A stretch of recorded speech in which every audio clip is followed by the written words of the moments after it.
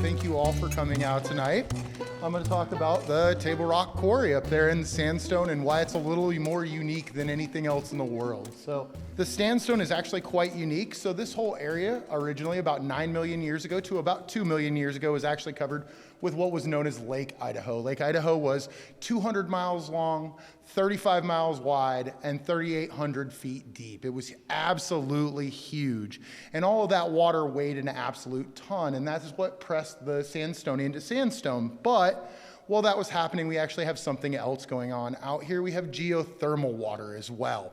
And that was boiling up from underneath it, boiling feldspar inside of it and using it or silicificating it or cementing it, making it a much harder sandstone than anything else in the world. There are only 4 places that it happened in the world, and of those 4 places, this is twice as silicificated as anywhere else in the world. So it's actually more durable, more weatherable, and every other thing except for it's also a whole lot heavier because of all that feldspar in it. So some of the first buildings in Idaho that were made out of it were actually the original Fort Boise. It's now being used as the VA, but originally they used it as the fort. And they said that it was put out here to protect from Native Americans, and it was that, but it was also to protect gold. They actually opened up Boise in 1863 after gold was found up in Moores Creek area, up by Idaho City, and they were trying to make sure that in the middle of the Civil War that gold went to the north and not to the south. Well, the first building was the Quarters Masters building, and it was built in 1864. It was soon joined by 6 other buildings out there, and all those buildings are still up and being used by the VA today. Actually, that is one of the oldest buildings here in Boise. The other one I wanted to talk about is that the architect for that was actually a gentleman by the name of Charles May, and he comes up quite a bit later as well. He becomes an architect that uses the sandstone all over the place. The next place that I want to talk about is here, the penitentiary. So the early years, they actually called for the penitentiary to be built out of the sandstone as early as 1866. In the newspaper, they talked about how they had this resource here and there was no reason not to build a penitentiary out of it. So they actually started with the idea very, very early. One of my other favorites, they actually found fossils in it as early as 1871. One of the fossils they found was a salmon fossil. So they actually realized that at one point up on top of Table Rock was underwater, but they didn't exactly understand why. So they kind of just let it be. And it wasn't until years and years later that they actually figured out why and Lake Idaho and the whole idea behind that. Now, the next one was actually the cornerstone for the territorial prison right over here. That was also built by Charles May. So the same architect that built the very first buildings out of it is the very first one to build here, a penitentiary out of it. And then 1871 came around and they had built an assay office downtown. The assay office was extremely important to Boise because it could assay the price of gold. Before that, any gold would have had to go all the way to San Francisco. So it severely cut down the amount of distance that gold coming out of Idaho had to go to be assayed. And then the last one in the 1870s was actually the Peralt building. It was built in downtown Boise, and it was one of the very first ones built out of sandstone. One of the things that gets me about the geothermal water that created it, it also actually is one of the things that heats a lot of Boise. I got into looking into it, and they heat about 8 million square feet with that geothermal water still to this day. The Capitol building, Boise High School, all kinds of buildings downtown, tons and tons of space is heated by this geothermal still. With the 1880s, it actually intensified. They really liked building with the stone. They saw how durable it was and how weatherable it was, so they actually built quite a few different buildings in the 1880s. Here in the Pen, they actually finished in 1889 what we often call the 1890 cell house or the new cell house. But James King and James Tortolot both immediately got very, very involved in downtown Boise throughout the 1880s. By By the 1890s, they got really, really into building some of the buildings downtown. There were a few in the 80s, but the 90s really brought us a ton. The Rocky Mountain Bell Telephone Company, St. Michael's Episcopal Church, the First Presbyterian Church over in Idaho Falls, and it really brought us some of the architects that were going to build with this all around. Tortolot and Hummel are two of them that got together in the early years. It was known as Tortolot and Company, but Hummel was along for the ride for almost the whole of it. But also another gentleman that's responsible for a lot around here, a gentleman by the name of James King, and he's actually responsible for our administration building, the wall, and a lot of the pieces and parts around here. All came from the same architects that were using the stuff down in downtown Boise to build. After the turn of the century, they actually built another few buildings. One of my personal favorites would be Union Block. They actually built an entire block in downtown Boise out of the sandstone. So not a building or two, but several buildings in a row, and it's still being in use today. Most of them are just small businesses in downtown Boise. The other one was the Boise City National Bank and the Montadon building. They were all built right after the turn of the century. But by far and away, for Tortolot and Hummel, the absolute crown jewel of their whole building with this turns out to be our Capitol building. They actually went all out with the Capitol building and opened up a special portion of the quarry for some of the best stone in the entire state. It was said at one point that no quarry may be as good as the quarry up at Table Rock. So they actually knew all about it. One of my favorite parts about it, in 1905, when they were looking for the stone, they originally went to a gentleman by the name of John Jellison, and he made a suggestion that instead of maybe doing it through the private sector, they should send inmates from in here up there to quarry the stone for the state capitol, and that's actually how it happened.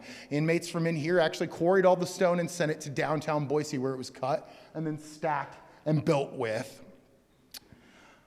The state capitol is 328 feet wide, 170 feet deep, and 208 feet tall, and actually acts for over 100,000 square feet of usable space inside of it. So it is absolutely huge, and the largest building by far ever built out of this sandstone. So the other one is the penitentiary here, right? It was almost all built out of the sandstone as well, all the way up until the 1920s. The only the only building material they used was the sandstone. They built not only the two first cell houses, but then they turned around and built 2 house and 3 house out of it as well. Also, all the buildings, the false fronts right here behind me as well. So they used it for several years. In the early years, like I say, Charles May was one of the architects out here, but it then turned to James King, and then later on, they actually even brought Tortolot himself out here to design 2 and 3 house. So it was all the same architects from top to bottom.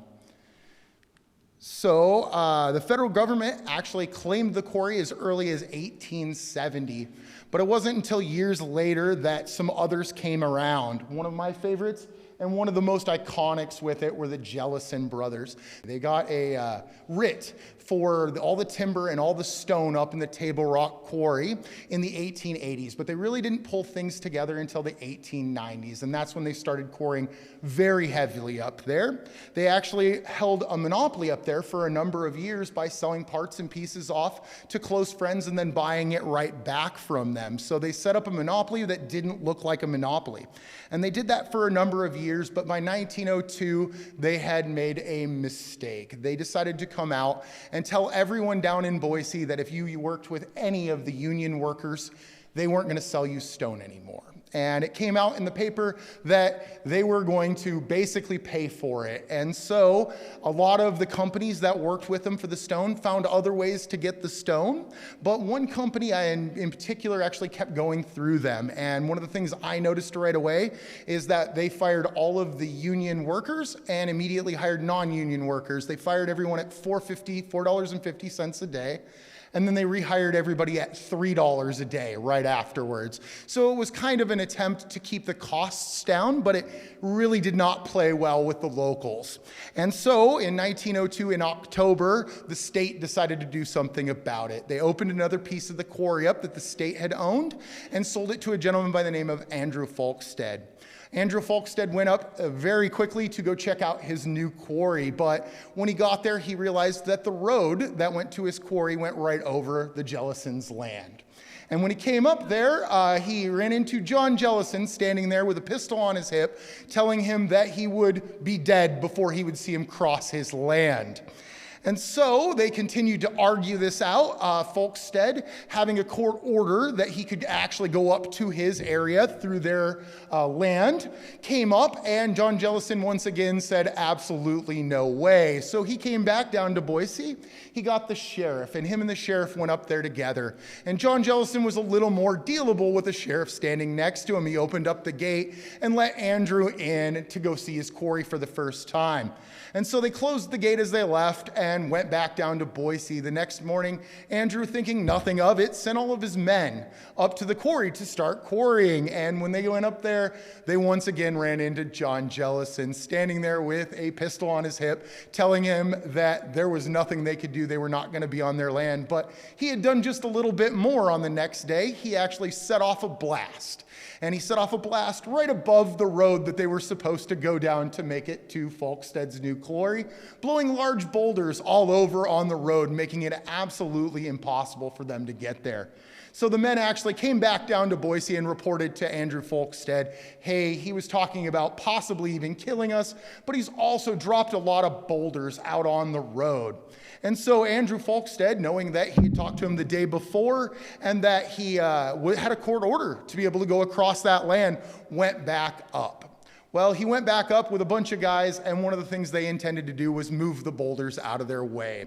So Andrew and a bunch of his men started pushing one of the boulders, and once again, John Jellison popped out of nowhere. He came running down and put a shovel in against the boulder and used it as a lever to try to keep the guys from moving the boulder out of the way while yelling at them. But all of the pressure they put on it, the boulder finally moved, and it rolled a third direction out of the road. John Jellison was so angry, he actually took the shovel in his hand and hit Andrew Folkstead across the back of the head and actually cracked his skull right in behind the ear, about the size of a silver dollar.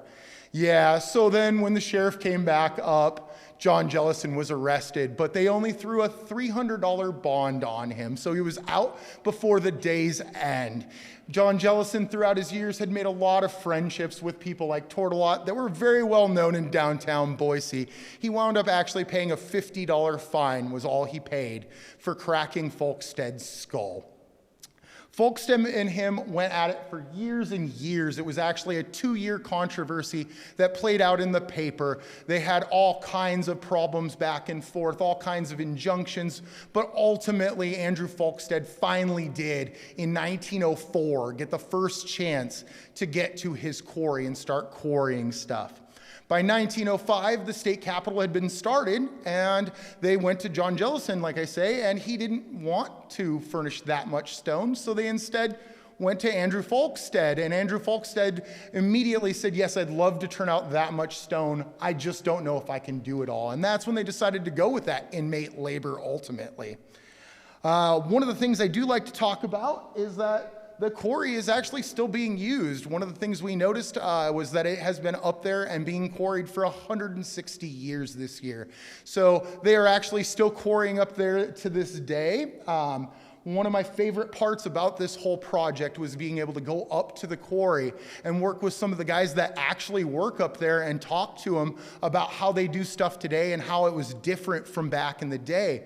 When this place was built, it was built all by hand, and one of the things they had to do was drill holes in the sandstone. Every so often, they would fill it with wood and then pour water on top of the wood, and that would expand the wood and create a crack right down it. But then they were responsible for cutting down the stone enough that it was mobile from there, and they had to actually physically load it on the back of a carriage and put the horses to the front and have them pull it all the way down here from the top of Table Rock. So it was quite intensive back in the day.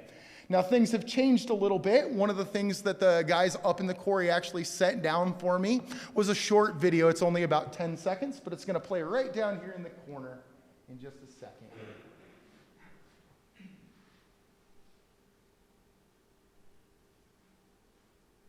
It's one of my favorites. It was actually from April of last year, and it was when they used explosives to blow down a lot of stone so that it could be quarried up.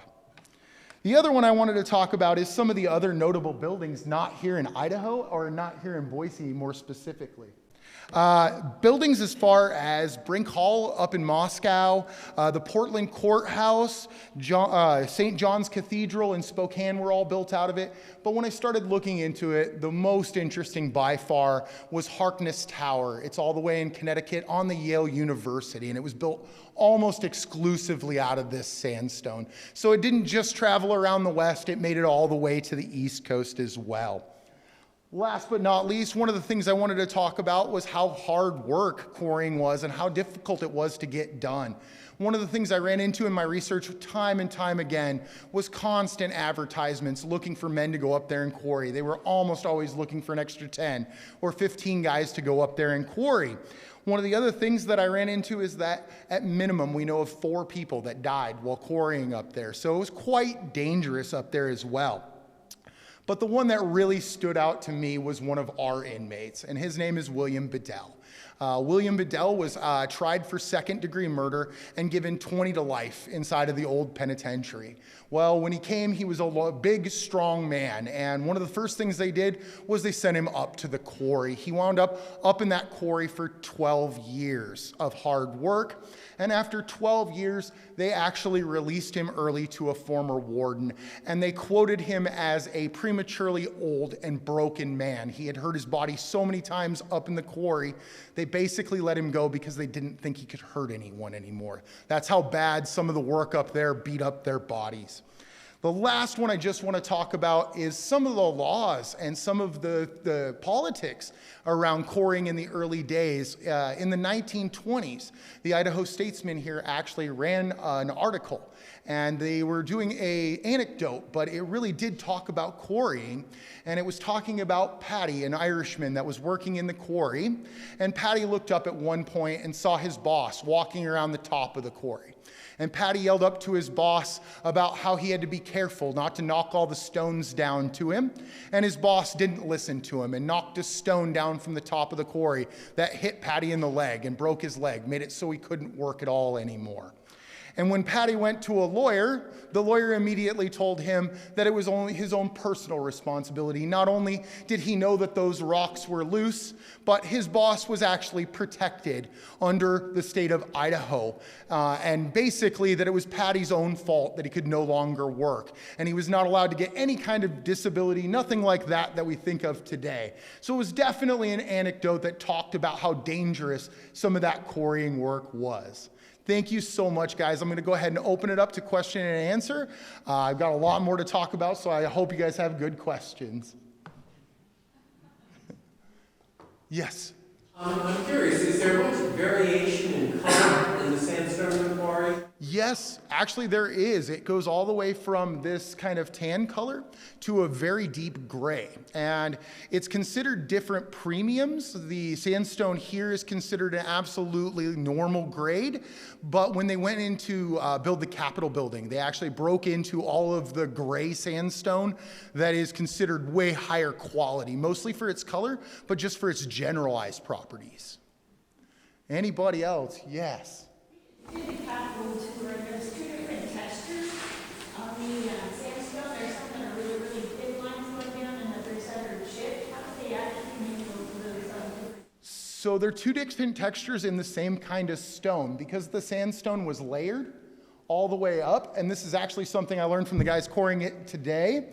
On one face, it splits very easy. On the other face, it just shatters. And so actually what you're seeing is the layers on one side and then the flat side on the other. So it's actually the same stone, but it depends on what direction they had put it in because it was all laid vertically first. So something's rounded like a log, and it has chips in it. Interesting. It's like this, he said it was like to represent a log. Yeah. Chips in it, and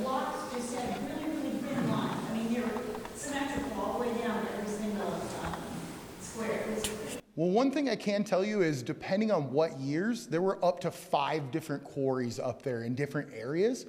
It's all the same sandstone, but the way it's laid is all different. And so there are a lot of different styles of it. The gray and the sandstone we have here are the most commonly talked about, but they did talk about 3 other kinds of sediment stone like that. So it could just be one of those other sedimentary styles.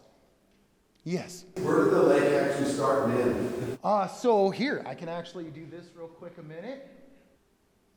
So right up in here, it went almost all the way out to Twin Falls. It went over top of Hagerman, and then all the way up to Vail over in Oregon was the 200-mile stretch. And then the 35 miles wide would be kind of Mountain Home out to Murphy area. So it was absolutely huge, and it's quite interesting because it kept building up and building up. And its original tributary was actually right down here to the south. It went right down into Utah. But it built up over the years and eventually spilled up over its northern border. And all of that water came rushing out. And actually, it's believed that that's what carved Hell's Canyon, the deepest gorge in the entire North America. So it actually was so much water, it carved the deepest gorge in the whole continent. So, yes, ma'am. So you were mentioning that this year is the 160th year of operation. What is the lifespan of a quarry like this? It's almost impossible to say. One of the things I ran into was that in 1920, right as the Capitol was being finished, 1919 and 1920, a former mayor of Boise actually offered to buy the quarry for $10,000. And so the state looked into it and they sent an assayer up to check it out to see how much was left. And the state came back with the fact that it was worth at least 100 times that at that time. So there is literally still so much sandstone up there of different qualities, of course, but still so very much of it up there that the state kind of chuckled at his offer and decided to keep it and didn't sell it for decades after that. Any other questions? Yes, ma'am. Would the stone here have changed color over time? Because I know like our podcast is called Behind Gray Walls, and I always go, they're tan. Like, Yes, absolutely. It does. It weathers and it turns back towards that sand color. And this would have been slightly gray looking, but also with that sand look to it originally. But the weather is going to give it more and more of that sand look to it. So yeah, actually it would have changed colors over time. Yes. This gentleman right over here, as a matter of fact, we got to go up and talk to him, and he's the one that actually showed us how they're quarrying still to this day. So it was kind of a really amazing portion of the whole putting all of this together. So, yes. What year did the prisoners begin forward, and when was the final year when they were involved with that? So the prisoners started in the 1880s, around 1885, but it was very, very small. They quarried for the 1890 cell house, but there were a lot of problems with it. They actually had multiple attempts at escapes. They had multiple problems with inmates breaking stones on purpose and all kinds of little stuff in the very earliest years. And so they actually stopped quarrying for a little while right before the turn of the century. But with the need for new buildings, 2 house and 3 house in particular that were started in 1903, they actually sent a new team up. And we actually wound up with a warden by the name of Snook a few years after that. And his big thing was to keep inmates inside of here busy. And so one of the things he did, he ramped up the quarrying a ton for 2 and 3 house while they were being built. So they did it on and off, but there were years that there were very little done, 10 or 15 guys. There were years that it was done very, very heavily. It really kind of stops about the time this building is built, 1923. And part of it is that when they went to build this building, they started to realize that cement was way easier to work with and way easier to make large buildings with. And so they kind of transferred all of that labor over from up into the quarry into the shirt factory to make shirts inside of here. So they just kind of stepped from one form of labor to another form of labor throughout that time. All right. Well, thank you so much. Yes, ma'am. In your research before you learned anything new about any of the buildings on site? Oh, I learned a lot new about a lot of things on Maybe site. like 3 things. I guess one of my favorite things that I learned along the way was how they actually went through and built like ramps up so that they could walk up the building, up around it all the way around. And they did all that out of wood. But I actually learned that a couple of times they didn't recognize how much the sandstone weighed, and the ramp broke right underneath people's feet while they were carrying stuff up. That kind of shocked me a little bit, because I can only imagine that would be very scary. The other one that I would say that I really learned was how much Boise in the earliest years was just overlapped on top of itself. It was just amazing to look up and research the penitentiary and understand the penitentiary and how they built this, but then to get into some of the buildings in downtown Boise and see the same names over and over and over again. The same guys working on buildings downtown that were working on the buildings here. And that was just kind of mind-boggling for me, because I really kind of felt like that wouldn't be the same job, but it really is. So they really changed it up on me. Yes. The quarry is way up there, so back in the old days, how'd they get that rug down there? I mean, they didn't have construction massive charts. Nope, they actually, like I say, they drilled holes in it, they put sticks down in there, and they wet the sticks, and it would expand it and make cracks, and then they would cut it down from there. They used tools to make it small enough, but still large enough for some of our building blocks around here, but they loaded on the back of a carriage and literally pulled it from up in Table Rock all the way down. One of the jobs that William Bedell, the gentleman that they released, being a prematurely old and broken man, one of his jobs, he was considered a lifter. And so he basically, just as they quarried this stone, his job all day was to have a few guys to lift it up and put it in the back of the carriage over and over again. And that's really what beat down his body to the point that they released him, figuring he couldn't really hurt anybody anymore. So it was a lot of really tough work for a lot of inmates up there, especially. Yes. Just to clarify, they cut the stone into manageable pieces, and then when it got down here? Then they cut it to the building blocks. Yeah, they would shape it out, exactly. They actually laid out where 4 and 5 house is. I found many pictures where they had hundreds of stones over there at any given time when 3 house was still being built. Before that, they actually used 3 house for the stones for 2 house. They had the building kind of half up, and so they used it as a giant area to put the stones and to shape them and all of that. So they did all of that work as much as they could inside of the walls to discourage prisoners from trying to escape while they were doing it. So they tried to hurry cut it down enough that they could get it here, and then the rest of the work all took place in here. A lot of times it would be anywhere between 20 and 30 men up there quarrying, and anywhere between 10 and 15 men cutting the stone. But in some of the busy years, I did see it go all the way up to 30 and 40 shaping the stone, and anywhere up to 80 up there in the quarry quarrying at one time. So absolutely huge amount of labor went into it. Oh, yes. Above the subdivision below the quarry, there's a trail or a road that's quite steep that goes up.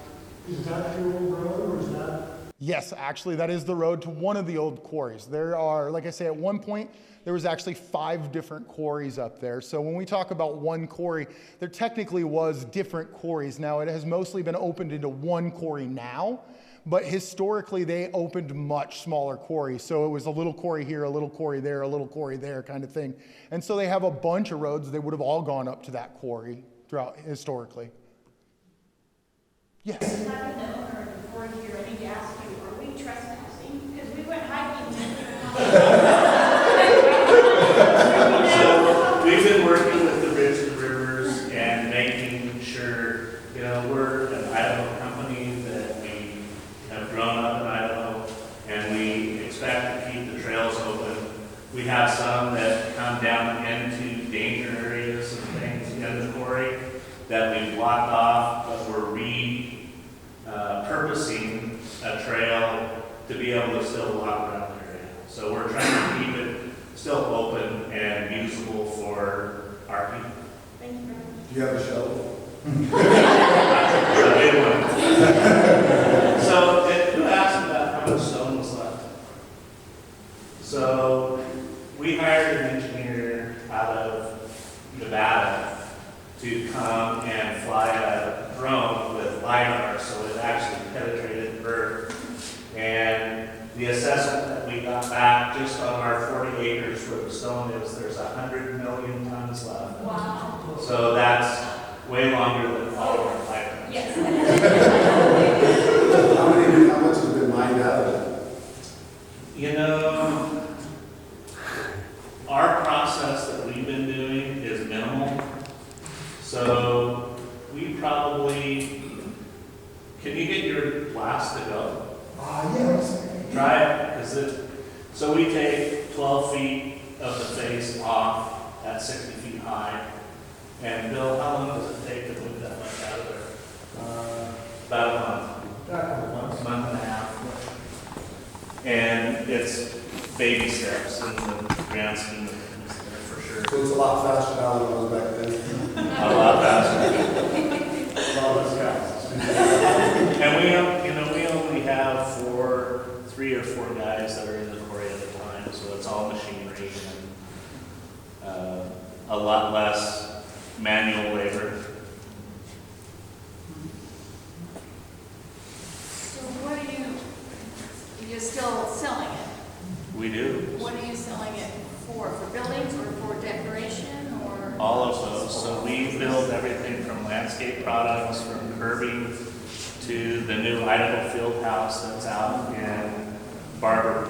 You should go out and look at the stone on that building. It's stunning. But the Simplot World headquarters, we did all the stone on that building. What's that? And lots of landscaping. I mean, boulders and, all of the smaller stuff goes into landscape work. But we have guys that build everything from stone benches to the most intricate pieces. They're just master craftsmen for sure.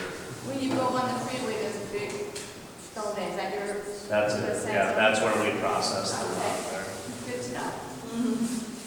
Percentage-wise, how much of it stays in our local area? So right now, it's probably, I actually bought a lot of stone from that, and I did the signs at Catherine Alverson's Park years ago for Hans Barbonas, that the Barbonases owned the quarry, and was good friends with them. And that's how we ended up coming, being able to buy it, was when the Barbonases sold the quarry in July that we took over. But of some of the work that I've done with the stone and making signs, it's in 5 different countries and in every state of the Union, so the United States. So lots of golf course signage and things like that. Yeah. And a lot of those blocks that when that falls, they're 12 feet tall and 12 feet wide, so you have to, break them down. And we use hydraulic hammers and big equipment to move them with. So That wasn't done with wood and water? Still using powder though, right? I mean, all right. Any other questions, guys? All right. Well, thank you so much. After this, I'm just going to hang around. If you guys want to come up and ask me questions particularly as well, you're more than welcome to. Thank you again.